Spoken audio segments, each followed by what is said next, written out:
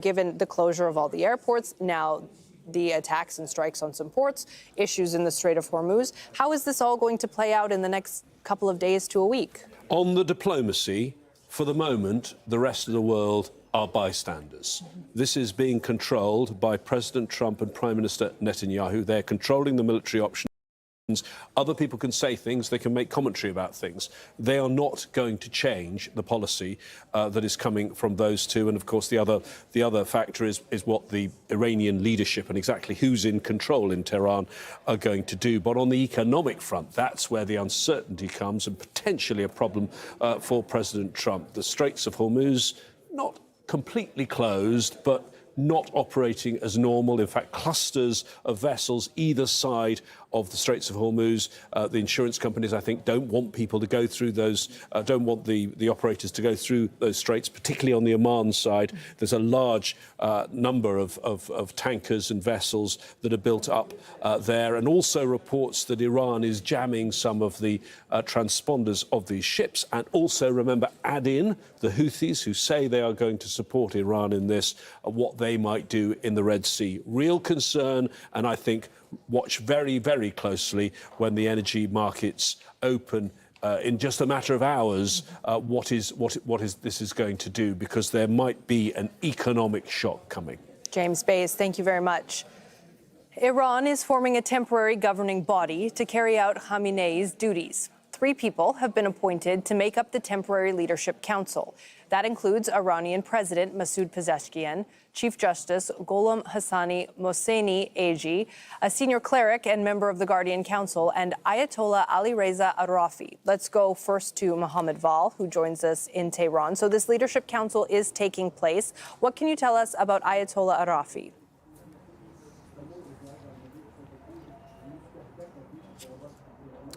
Well, Ayatollah Arafi is the only member of this council who has been selected by the Expediency Council. So he's the only member who hasn't been specifically or automatically chosen by the Constitution. Article 111 of the Constitution chooses the president, has already mentioned in it, the president of the country is automatically a member of this provisional council, and also the Chief Justice is automatically a member. But Ayatollah Ali Reza Arafi has been specifically selected by the Expediency Council, representing the Guardian Council in this tripartite ruling council that is going to take the interim or ensure the interim of the country until a new Ayatollah or a new supreme leader is selected, or probably we should say voted on, because we have also another council. It is called the Assembly of Experts. It is made up of 88 members. And as per the Constitution, it is this council, this assembly, that is going to vote on a new supreme leader. There is no timeline for this because the country is at war.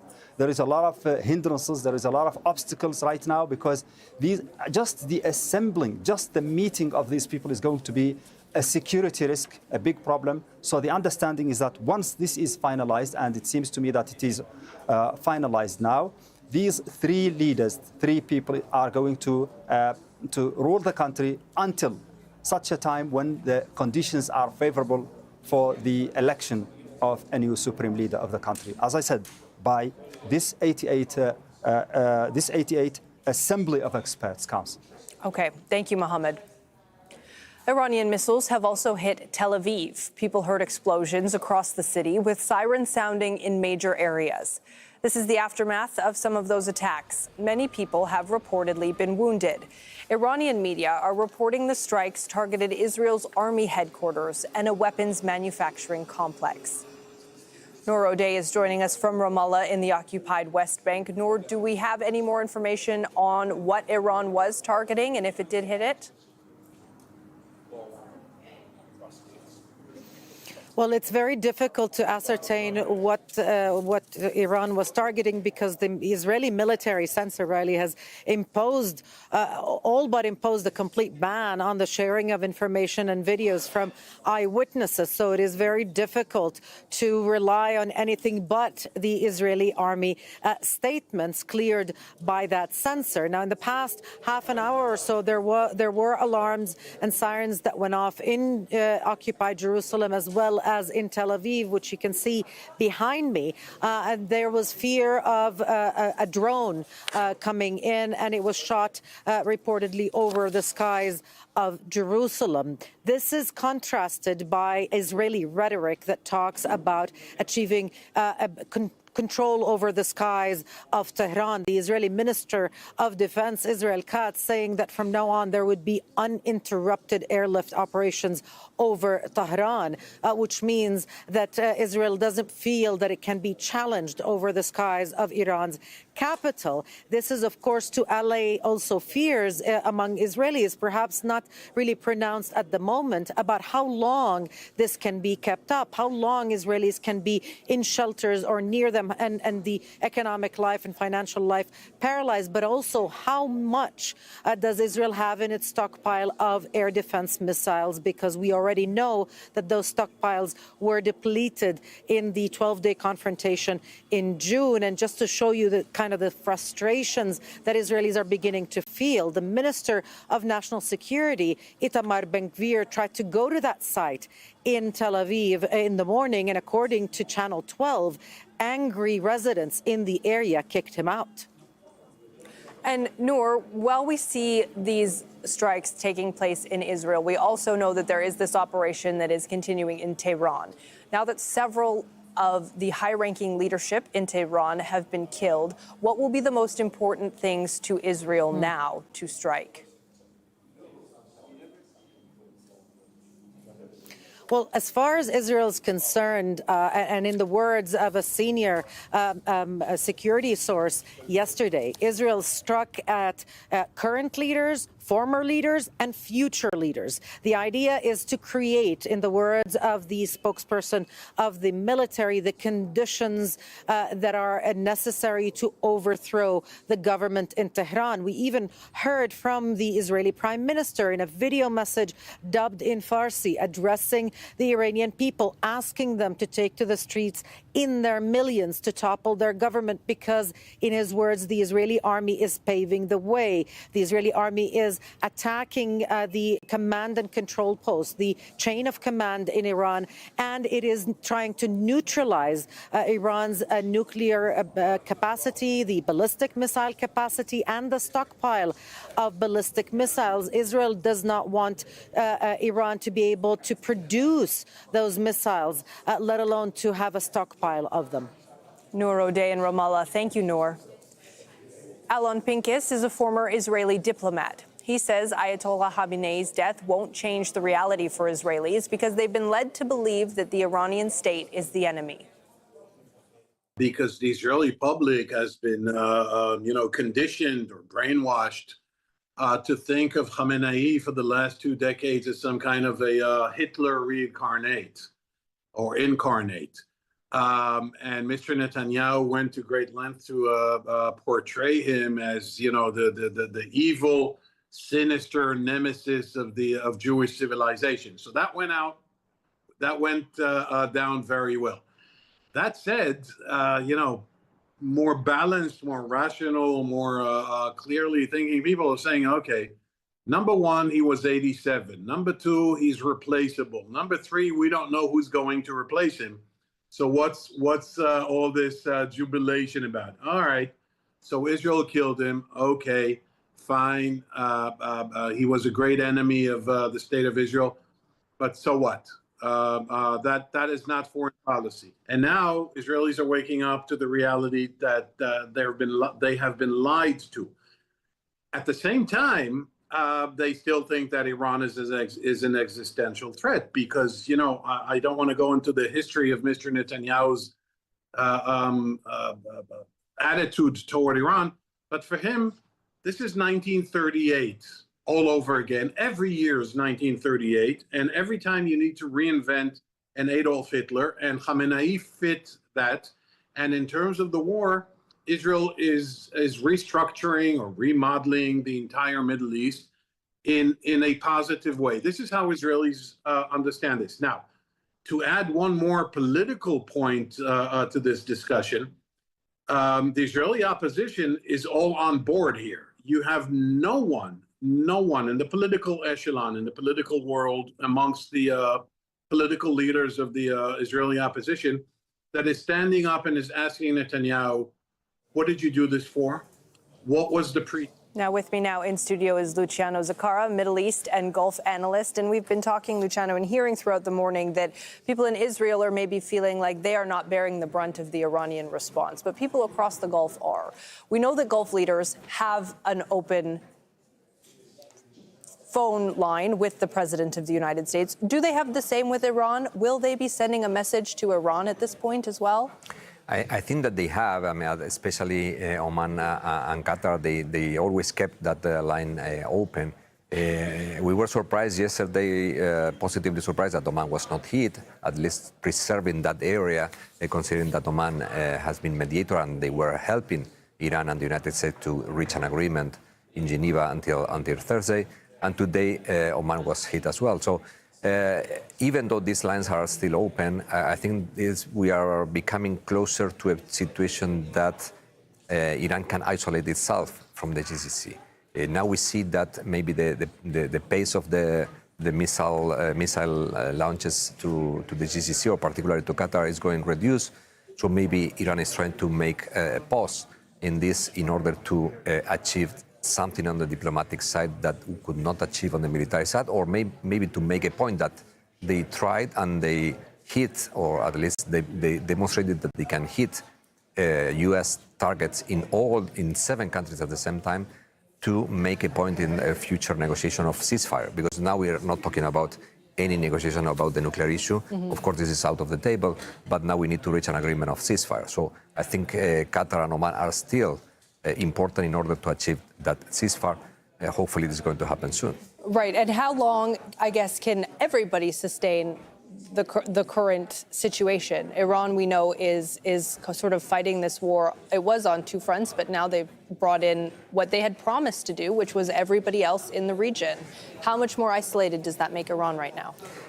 It's making Iran isolated, but also it is difficult for Iran to keep these attacks long term. Maybe 1 day, 2 days, maybe maximum 1 week, but nobody knows exactly how much arsenal is still intact or available to be used, attacking 7 countries at the same time. On the other hand, neither the GCC states can afford hitting missiles every time they are entering the. I mean, all the economies are paralyzed. Mm-hmm. People is staying at home. Nobody's working. Air routes are no flights are coming in. No flights are coming in the whole week. Neither United States can keep using and depleting their missile capability, Israel as well, to defend against Iran. So now it is a time to say, okay, what we are achieving in military terms, we are achieving in political terms, in diplomatic terms. So far, not that much. So we need to find a way out from this. I assume that everybody wants to save face. Iran wants to save face, the US, Israel, the GCC. But I think in this case, the more harmed of all these actors are the GCC states. Many of the countries that have been hit hard, like Bahrain and Emirates primarily. And many of them will be worried that that continues as Iran unleashes a major response to the attacks from Israel and the U.S. And U.S. President Donald Trump had this to say online. Iran just stated that they are going to hit very hard today, harder than they have ever hit before. He then wrote, in all capitals, they better not do that, however, because if they do, we will hit them with a force that has never been seen before. So let's return to our correspondents, Mohammed Val in Tehran and Manuel Rapallo, who joins us from Washington, D.C. Manuel, let's start with you. Let's talk about the president here. He is going to be talking to more lawmakers as these days goes on, but also he's going to have to make this case to the American people. And so far, many of them will probably have a lot of questions about the existential threat that this regime was posing to the United States. There's a lot of questions that remain unanswered here, Riley. Americans went to bed on Saturday night with those questions still on their minds. Why exactly is the United States attacking Iran? How exactly does this make the American people here in the United States and abroad any safer? We do know that President Trump wants to make short work of this military operation. He is not looking for a prolonged, sustained conflict here. if anything, he probably would like to go ahead and run his victory lap right now following the confirmation of the death of Iran's supreme leader, similar to the operation that led to the ouster of Venezuelan President Nicolas Maduro just last year. But Iran is not Venezuela, and the spillover of this conflict is already starting to worry people within President Trump's own MAGA base, the Make America Great Again movement. Domestically, not only is President Trump going to have to answer questions over how long this is going to take, whether or not the objectives of this military operation have met, but at a time when Americans here domestically are struggling financially to pay their bills as costs continue to rise, how much is this going to cost? When we look at the deployment of the USS Gerald R. Ford, for example, it's been deployed for somewhere around 250 days, nearing a record deployment for a U.S. aircraft carrier. I don't have the numbers in front of me. I don't know if anybody does, but I believe that the operational costs of an aircraft carrier per day run in the millions of dollars. There was an estimate that was published by the Wall Street Journal referencing the mobilization of military forces to the Middle East region, amounting to somewhere around $650 million at the cost of taxpayers. So from a financial standpoint, not only is President Trump having to explain himself to lawmakers as to why this is a good thing for U.S. interests, he's having to explain to his base that he hasn't betrayed them when he once promised that there would be no more foreign wars. All right, and now let's bring in Mohammed Val, who joins us from Tehran. Mohammed, the United States and Israel have both framed this as a war against an existential threat, but surely Iran sees that the same right now. Are they responding to this conflict in a way that they feel like they're fighting for the survival of their regime here?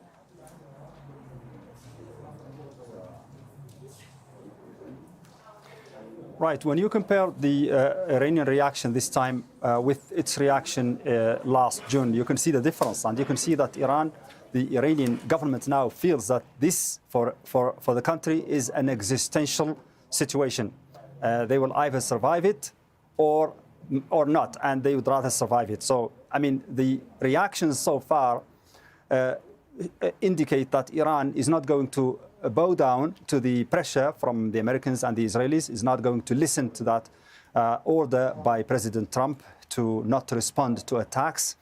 Instead, we have heard only messages of defiance this morning on national TV here from Ali Larijani. He's the Secretary General of the Supreme National Security Council. He has been very, very strong in his statements, saying that the country will push ahead and will stay its course in self-defense, and it will only increase its capabilities and what it can show to the enemy. Also, we have statements like this with Mohammed Baqir Qalibaf. He's the Speaker of the Parliament. He said that the country has been prepared for these scenarios fully, and that we will see only from now on more unity and more strength among the army and the other components of the national forces, and that the action that will take place now, the attacks that Iran will mount in the next few days, will be stronger than anything that has been seen before, and that they will deliver a strong lesson to the enemy. So, right, Mohammed, mostly speaking, there is no sign of bowing down. There is no sign of giving up or listening to or giving in to the pressure by America and Israel. That is an important point, Mohammed. Thank you. And I'm going to put that to Manuel Rapallo, who's still with us from Washington. If Iran is prepared to battle this out for a prolonged amount of time, Manuel, you touched on this a bit in your first answer, that the U.S. and the president will likely want to do the opposite. They will likely want to get this done as quickly as possible. So we know in the past that regime change operations do not necessarily happen quickly. Is the president prepared for this to be a protracted military operation? And also, is he prepared for the fact that, as he mentioned, American lives may be at stake here?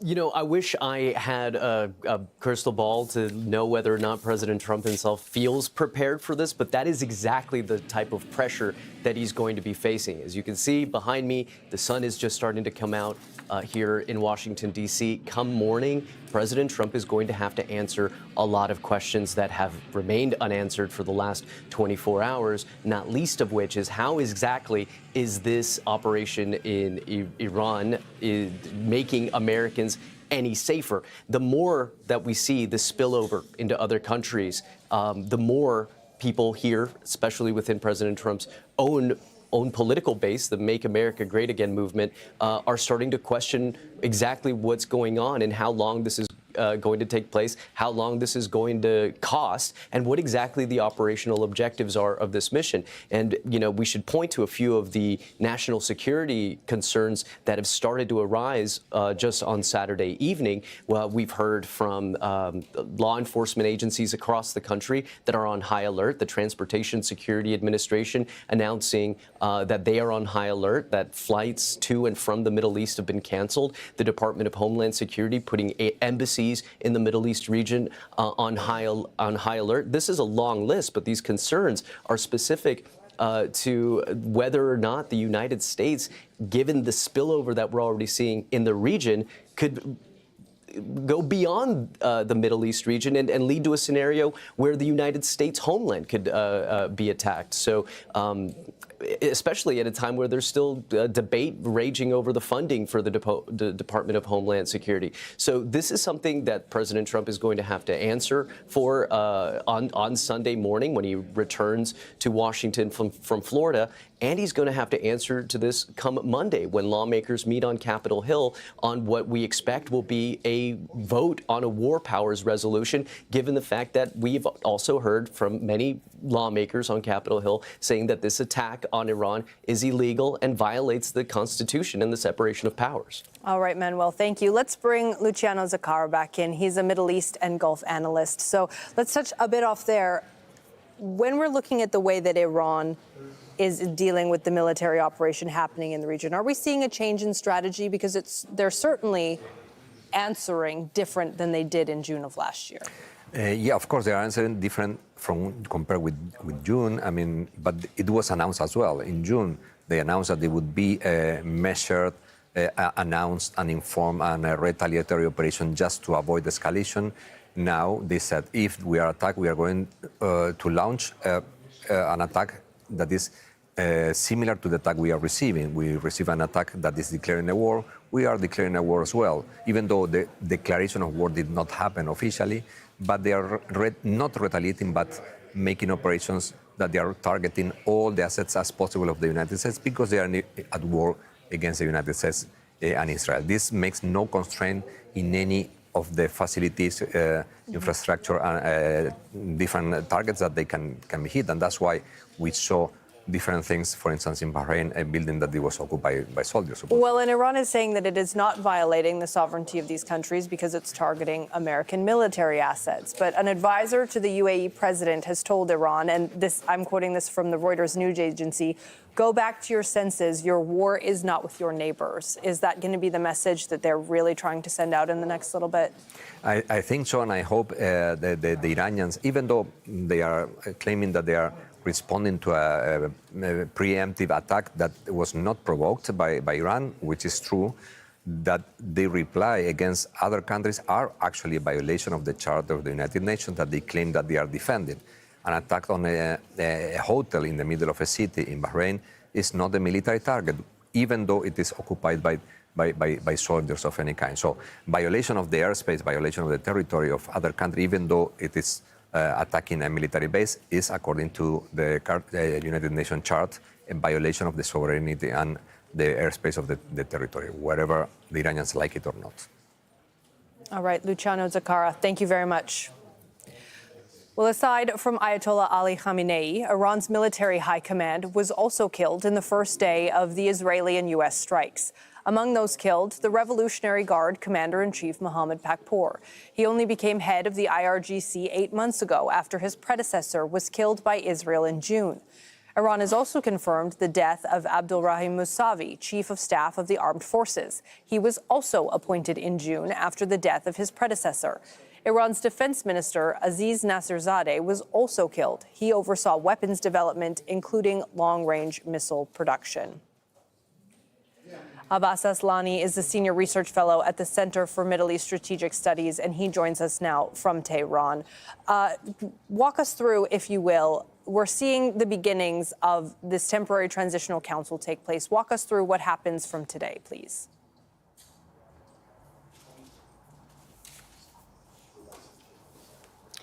Yes, the two members of the Interim Leadership Council are chosen by default by the law, and the President and the Chief of the Judiciary are already members, and the third member also have been introduced by the Expediency Council. So through forming this, council, the country will try to lead and navigate these challenging times from this transitional period into electing a new leader by the Assembly of Experts. So they will try to make sure that the developments back at home is, smooth and there is stability in the country. However, in parallel, the United States and Israel, they have been trying to provoke protests in the country or the so-called uprising against the ruling political system in order to change the government, as well as to, let's say, bring chaos and instability to the country. So that's the second front that the country is tackling with, in addition to the foreign aggression from the Israeli and U.S. side, which makes the situation sensitive and very significant. And what impact will the loss of this significant number of military leadership have had on Iran's ability and the way that it retaliates in these actions?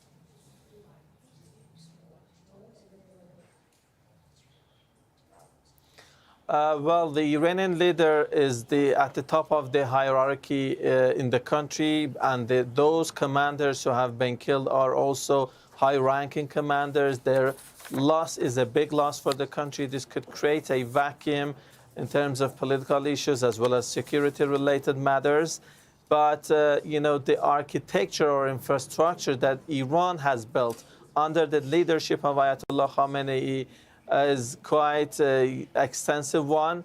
It was built over decades, so it cannot go overnight.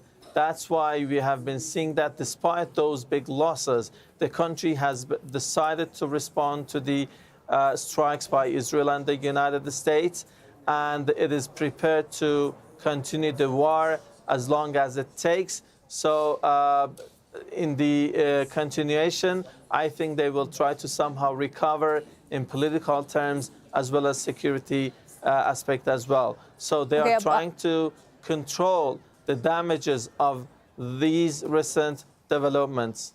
Abbas, stay with us for just a second. I want to bring our viewers some information about the Strait of Hormuz, which is, of course, important not just to Iran, but important globally. An oil tanker has been attacked in the strait. It's one of the most important sea passage waterways. And with the latest escalations, crude oil shipments have now been suspended. At its narrowest point, the Strait of Hormuz is about 33 kilometers wide, but its shipping lanes are much narrower. Iran controls the north side of the strait, while Oman controls the south. An estimated 20% of the world's oil is transported through the waterway.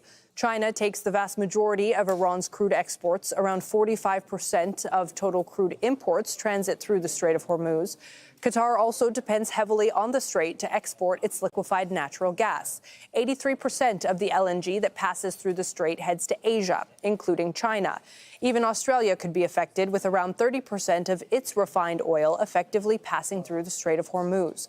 Closing it could potentially remove more than 17 billion barrels of oil from the global market, driving up prices and straining energy supplies. So, Abbas, back to you. I want to take you to Katrina Yu, who is in Beijing, with more on China's concerns about how that will be affected. It's concerned about the disruption to the global energy market and indeed its own energy needs.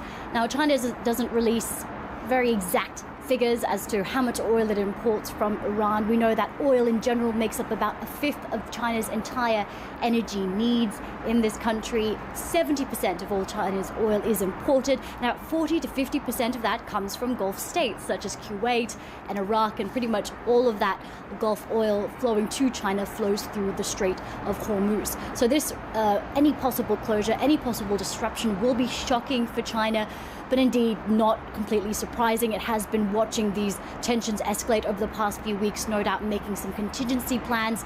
Beijing has options. It could possibly import more oil from non-Middle Eastern countries such as Russia, Kazakhstan, even Brazil to make up any possible shortfall. It may also be forced to release some of its own strategic reserves.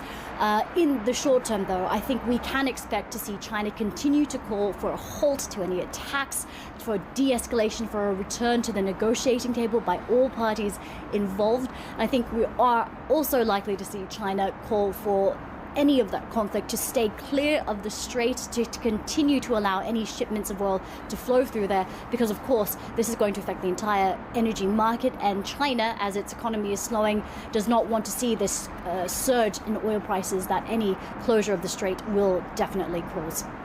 Let's bring Abbas Eslani back in from Tehran now. I want to ask you about this because, yes, any issues in the Strait of Hormuz will have a worldwide impact, but they will also have a huge impact on Iran, a country that is already dealing with a very difficult economic situation that has been made worse by crippling sanctions. How is Iran preparing for the potential for this to be a very difficult economic situation as well?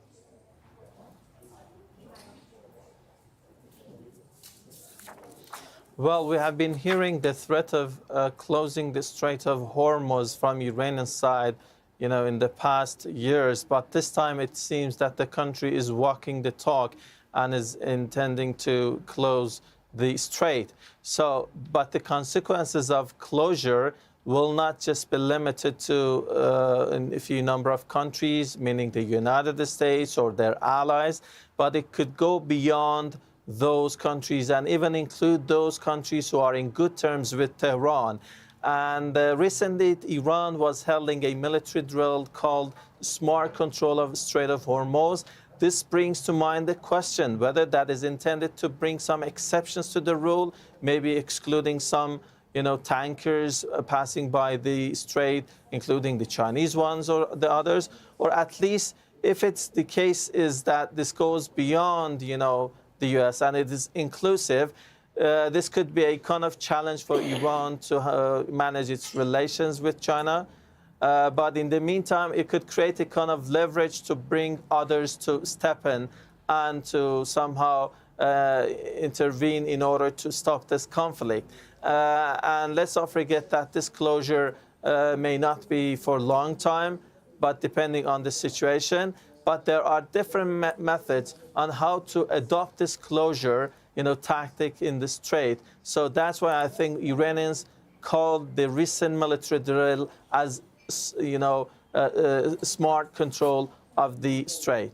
But surely there could also be concern that if the economic situation there gets worse, in addition to a war, that it will create the conditions for more people on the streets, like we saw at the beginning of the year.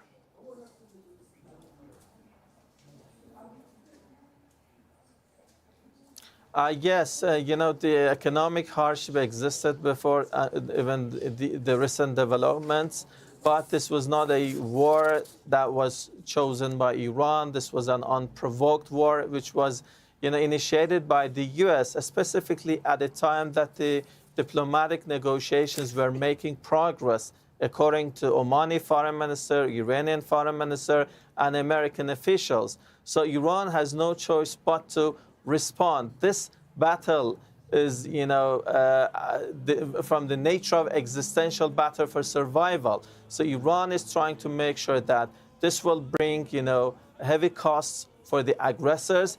And when the global energy market is engaged and is, affected as a result of the ongoing conflict, this can be also an opportunity for more players, more actors in order to intervene, to somehow mediate and stop this conflict. So it is not just the threat, but it can work the other way around. All right. Thank you very much. In Pakistan, at least 9 people have been killed near the U.S. consulate in Karachi. Several others were injured as security forces opened fire on hundreds of protesters. The crowd was demonstrating against the assassination of Iran's supreme leader Ali Khamenei. Large protests also broke out in other parts of Pakistan. In Baghdad, demonstrators and police have fought during anti-U.S. protests. Police used tear gas and sound bombs to disperse large crowds. Hundreds of people marched to the U.S. embassy in a show of support for Iran. A demonstration has also been held in the southeastern city of Basra. And thousands of protesters took to the streets of Srinagar in Indian-administered Kashmir. They marched through several neighborhoods in opposition to the U.S. and Israeli attack on Iran. They also denounced the killing of Ali Khamenei. We have a message to this Trump, the gambler, and his rabid dog, the Netanyahu, that you will never succeed, you will never get success, because our beloved leader has told us to stand against all kind of oppression all the time. And we are the sons of Imam Khomeini. We all are sons of the Imam Khomeini. So we are the followers. We will stand against all kind of oppressions. That is what the leader of the humanity has told us. The supreme leader is Iran's highest authority. After the killing of Khamenei, let's take a look at the potential candidates who may replace him. Mojtaba Khamenei is Ayatollah Khamenei's second oldest son. And while he holds no formal position, he wields immense influence. He was a top aide to his father and is said to have strong ties to the Revolutionary Guard. But he would be a controversial choice because it would be seen as a hereditary handover. Ali Reza Arafi is the director of Iran's religious seminaries and Friday prayer leader in the holy city of Qom. Khamenei had repeatedly appointed him for senior positions. He's now been appointed to join a temporary leadership council. Mohammad Mahdi Mirbagheri is an ultra-hardline cleric and leading figure in the Front of Islamic Revolution Stability political group. Gholam Hossein Mohseni-Iji is also a potential candidate. He's been Iran's chief justice since 2021. And then there's Hassan Khamenei, the grandson of Ayatollah Khomeini, Iran's first supreme leader. He is a reformist figure and a prominent political leader.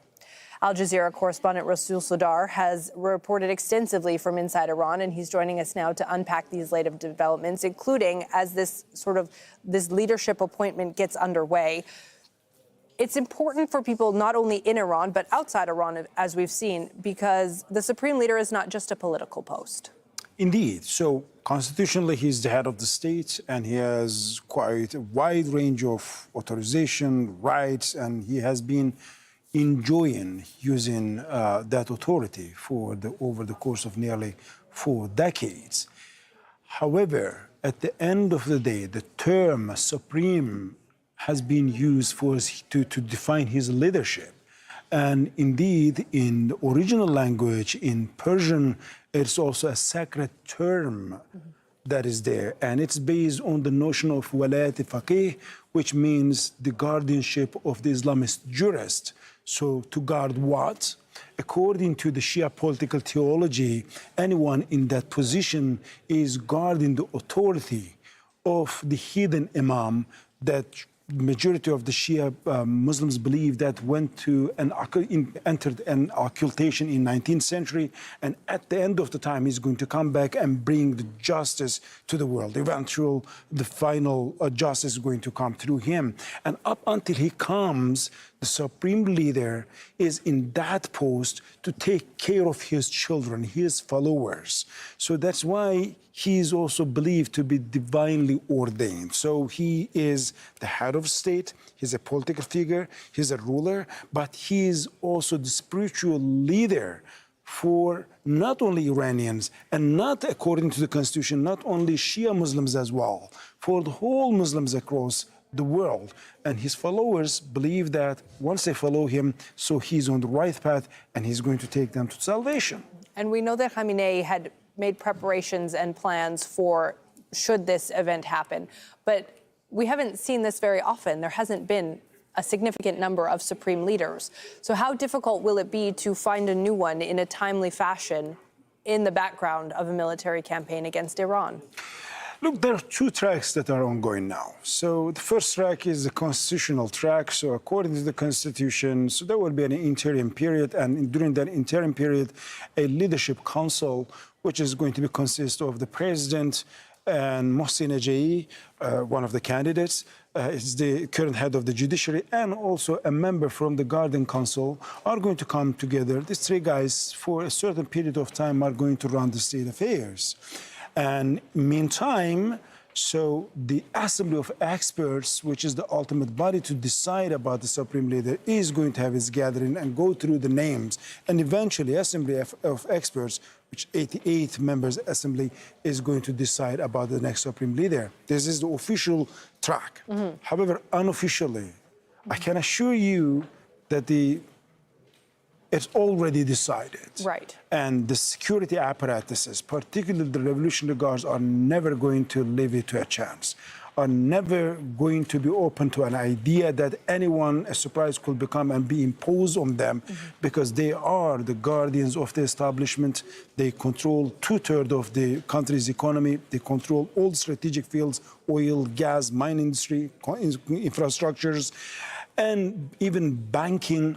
And they have a tremendous leverage when it comes to the political appointments and being involved in the security policies of the country, internally, regionally, and globally. So if you ask me who among these names, perhaps I will say Abdulrazak Arafi is close to the IRGC, has the highest chances. However, practically, it's decided, and IRGC is the next Supreme Leader.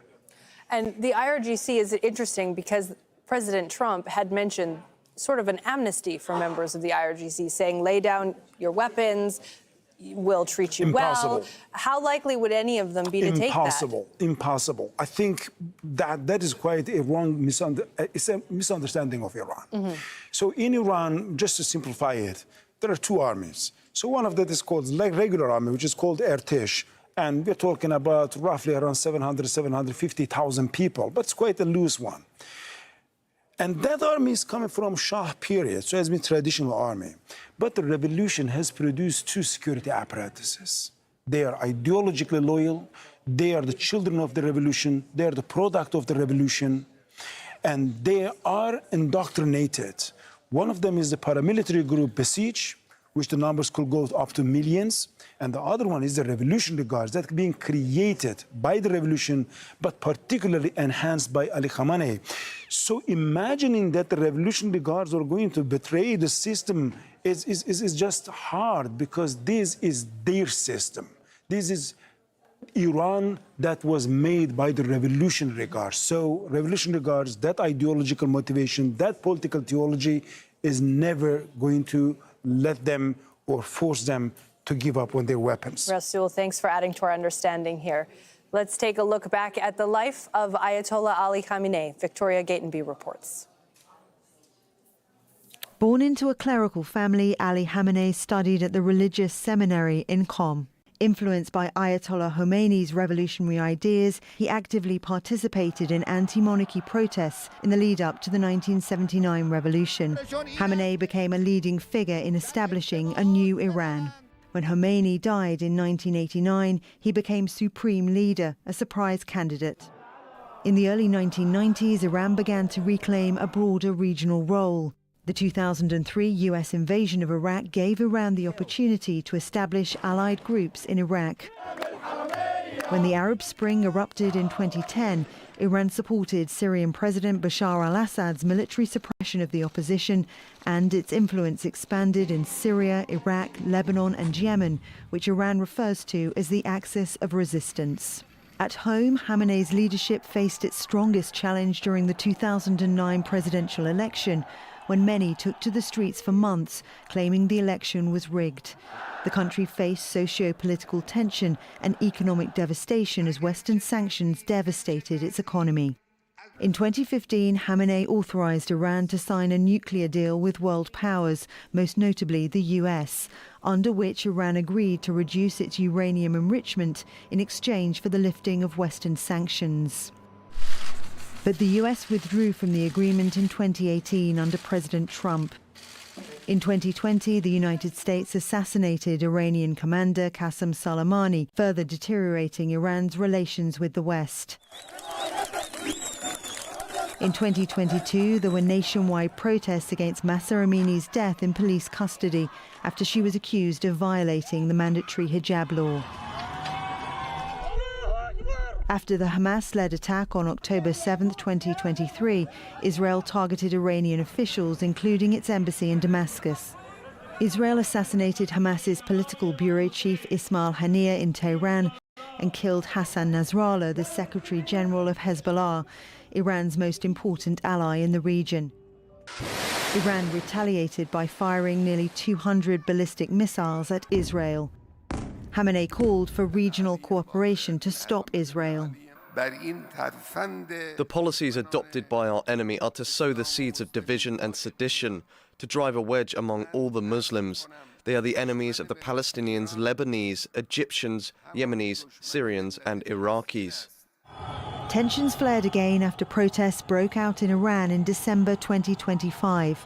President Trump said he would attack Iran if it executed hundreds of protesters. Washington began a rapid and large-scale military build-up in the region, and Khamenei warned that any military conflict would not be contained within Iran's borders. To anyone who seeks to attack, the Iranian nation will deliver a strong blow.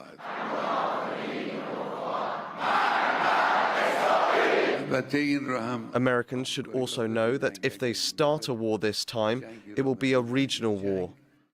Weeks of diplomatic effort to de-escalate followed, with Oman mediating 3 rounds of indirect talks between the US and Iran. Iran had proposed a deal authorized by Khamenei, but on the eve of further talks, Israel and the US attacked Iran. With the assassination of Ayatollah Khamenei, Iran now stands at a historic crossroads, facing a future without the man who'd guided the nation through turbulent times for decades.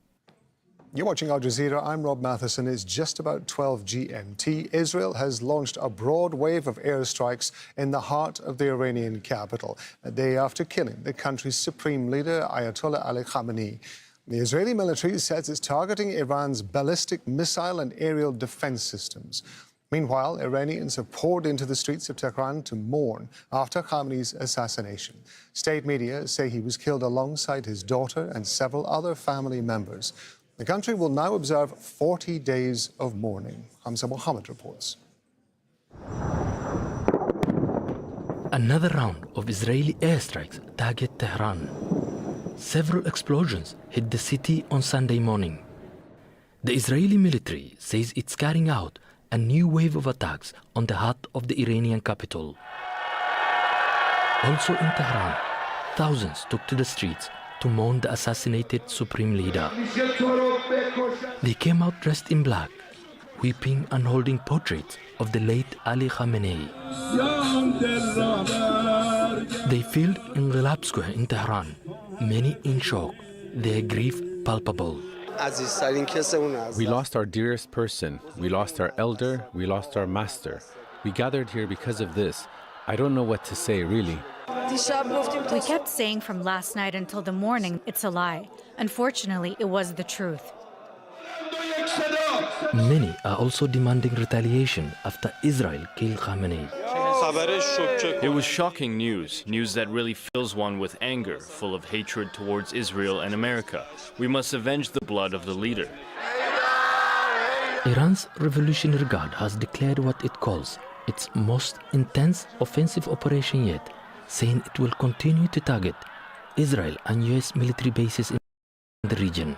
I'm telling Trump and Netanyahu, these two filthy criminals and their agents, very openly and transparently, you have crossed our red line and must pay the price. Explosions have been had in Israel and several countries hosting US bases in the region.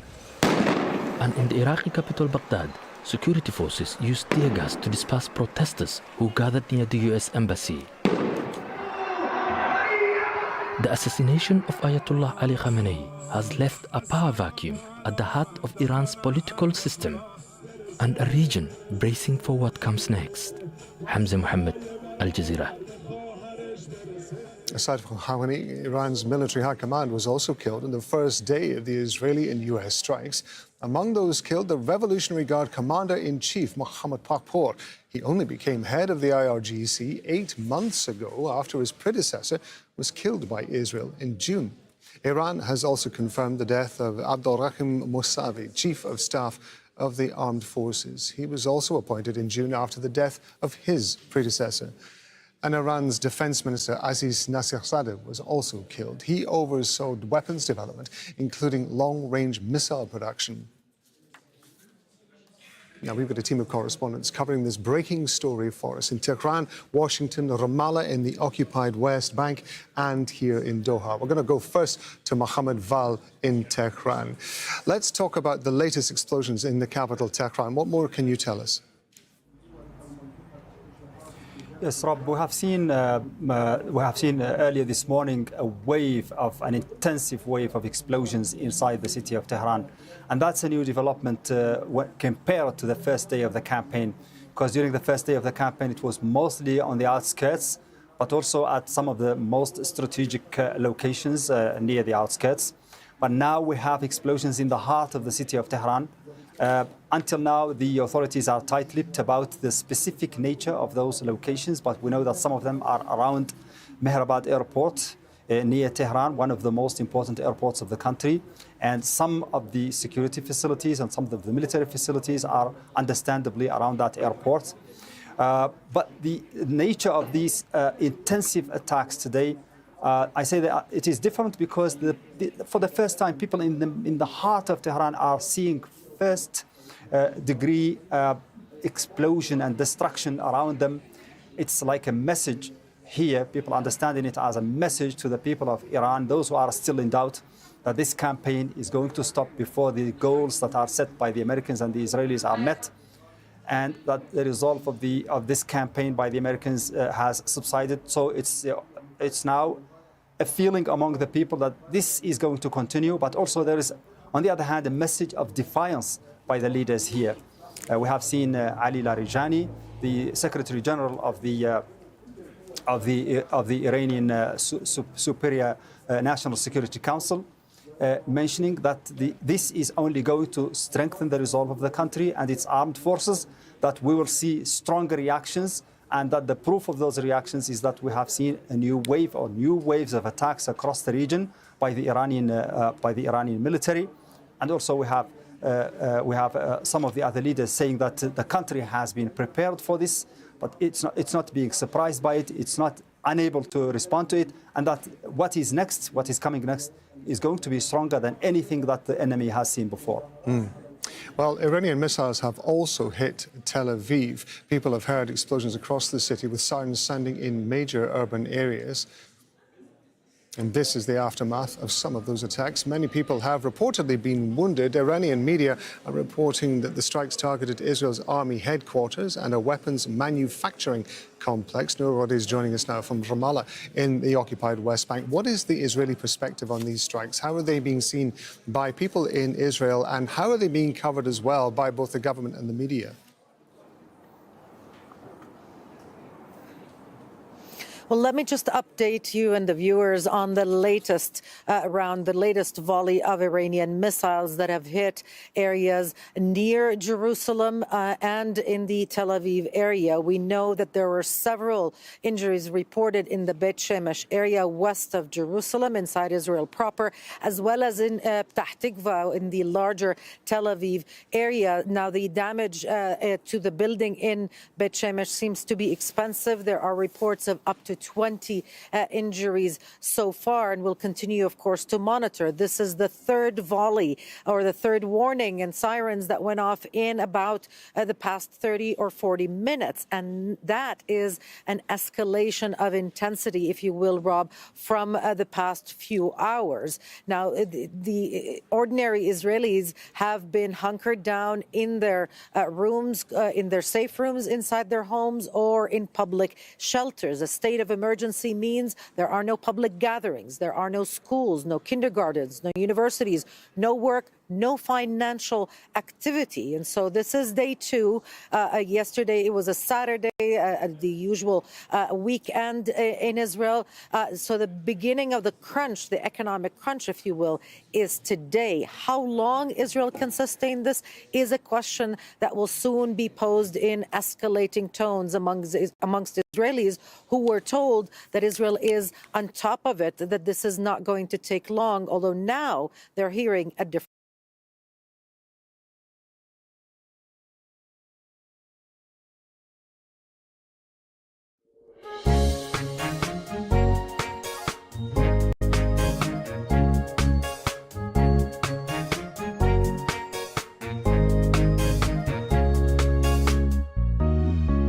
ያሳለፍኩት መንገድ መስቀላል ሆነና ፍቅር ባይደርስልኝ በቤት እንድጸና እኔማ መቻልኩት ልሻገር በራሴ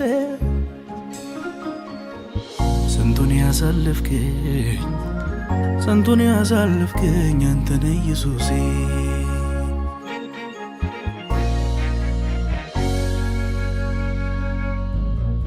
በከበደው ቀኔ ኢየሱስ እያልኩ ማያልፍ መሰለን እንደቀል ያለፍኩኝ ስለ ስሙ መራኝ በጽድቁ ጎዳና ሲያወጣኝ ከሳቱ ቆምኩኝ ለምስጋና ላመስግን እኔስ አየሁኝ በጣም ቸር ነህ ላመስግን እኔስ ቀመስኩኝ እንዴት ደግ ነህ ኧረ እንዴት ቸር ነህ ኧረ እንዴት ፍቅር ነህ ኧረ እንዴት ቸር ነህ አንተማ ደግ ነህ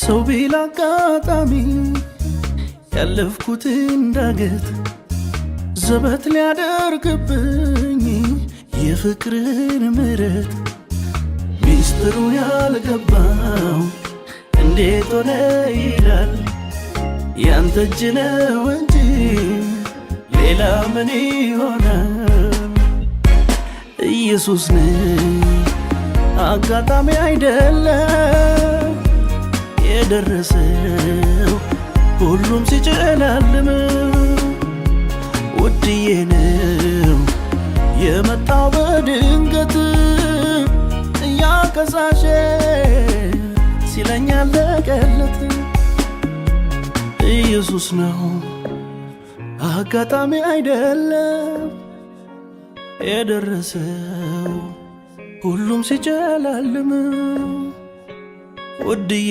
ነው የመጣው በድንገት ያከሳሼ ሲለኝ አለቀለት ኢየሱስ ነው አጋጣሚ አይደለም የደረሰው ሁሉም ሲጨላልም ውድዬ ነው የመጣው በድንገት ያከሳሼ ሲለኝ አለቀለት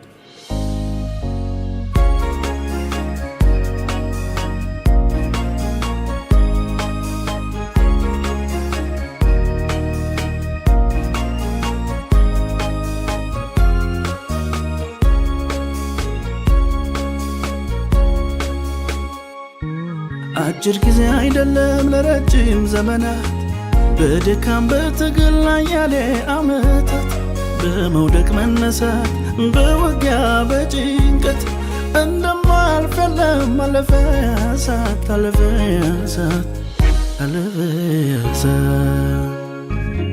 ዞር ብዬ ሳየው ሳለፍኩትን አባጣ ጉድጓድ ገደሉን አመን ይሳነኛል ኃይልን ከታገኘው ለካስ ኤልሻዳይ ጠብቆኝ ቆሜያለሁ ስሙን አከብራለሁ ስሙን አከብራለሁ ስሙን አከብራለሁ ስሙን አከብራለሁ ስሙን አከብራለሁ ስሙን አከብራለሁ ስሙን አከብራለሁ ስሙን አከብራለሁ ስሙን አከብራለሁ